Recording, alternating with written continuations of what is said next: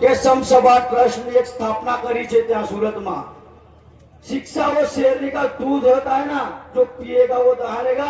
तो गुजरात, महाराष्ट्र, मध्य प्रदेश 4 राज्यों विद्यार्थियों ने आ वर्ष में समसभा ट्रस्ट नाम पर बुक छपाઈને 500 વિદ્યાર્થીઓને બુક વિતરણ કર્યું છે। 500 વિદ્યાર્થીઓને બુકનો વિતરણ કર્યું છે કે આપણા બાળકો ભણે અને કાયદાકીય રીતે આગળ આવે એ માટે।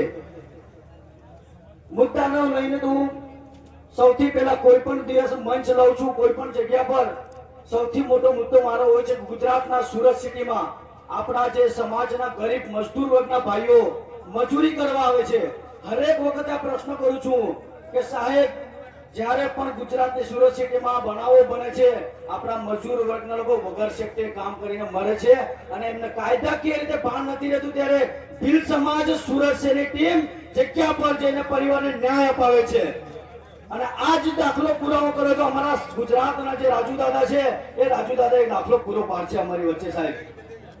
આજે હું વચ્ચે પણ મેં દાખલો મૂક્યો તો આજે 2 મહિનાની વાત છે કે સુરતમાં 35 આપણા ભાઈ બહેનો મજદૂર આપણી વચ્ચેથી મરી ગયા છે।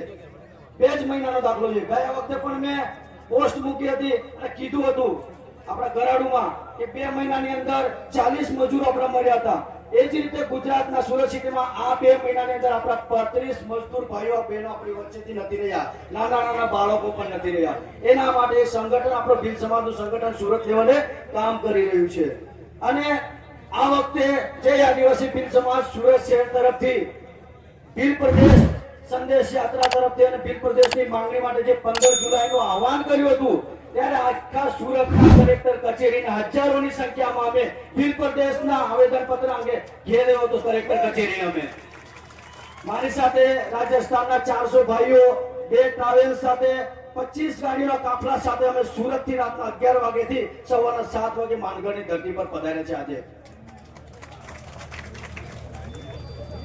આજે બીજી મુદ્દાની વાત વધારે નથી કરતો, પણ ગુજરાતમાં આદિવાસી નેતા તરીકે હું પાર્ટી પક્ષ તરફથી નથી જતો, પણ એક આદિવાસી નેતા તરીકે આપણા ભીલ પ્રદેશ માટે જે અવાજ ઉઠાવીને જે લડી રહ્યા છે એવા માન્ય ચૈતરભાઈ વસાવા, ચૈતરભાઈ દાદા માટે અહીંયા કોઈક રાજનીતિ રમવા આવી ગયું હતું, પણ મેં એમને ટકોર કરું છું કે જ્યારે એમને ગિરફ્તાર કરવામાં આવ્યા ત્યારે સુરતના આદિવાસીઓએ રાજપીપળાને ઘેર્યું હતું, પણ આ દાહોદ ને ગોધરાના આદિવાસીઓ ત્યાં જઈને કોઈ પણ પ્રકારની એક્ટિવિટી નથી કરી।